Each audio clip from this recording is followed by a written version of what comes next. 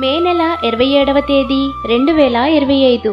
ఈరోజు దేవుని వాగ్దానము.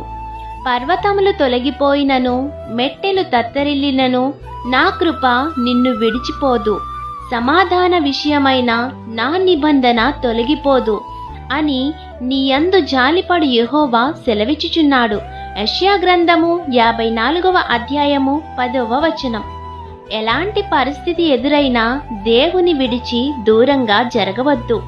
ఆయన కృప మీపై ఎల్లవేళలా తోడుగా ఉంటుంది. మన ప్రభువు గొప్పవాడు. ఆయన నీ చేయి విడువడు.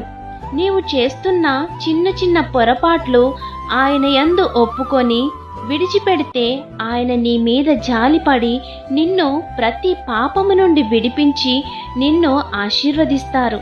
కాబట్టి ఆయన కృప మీపై ఎల్లవేళలా తోడుగా ఉండాలని కోరుకుంటూ దేవుని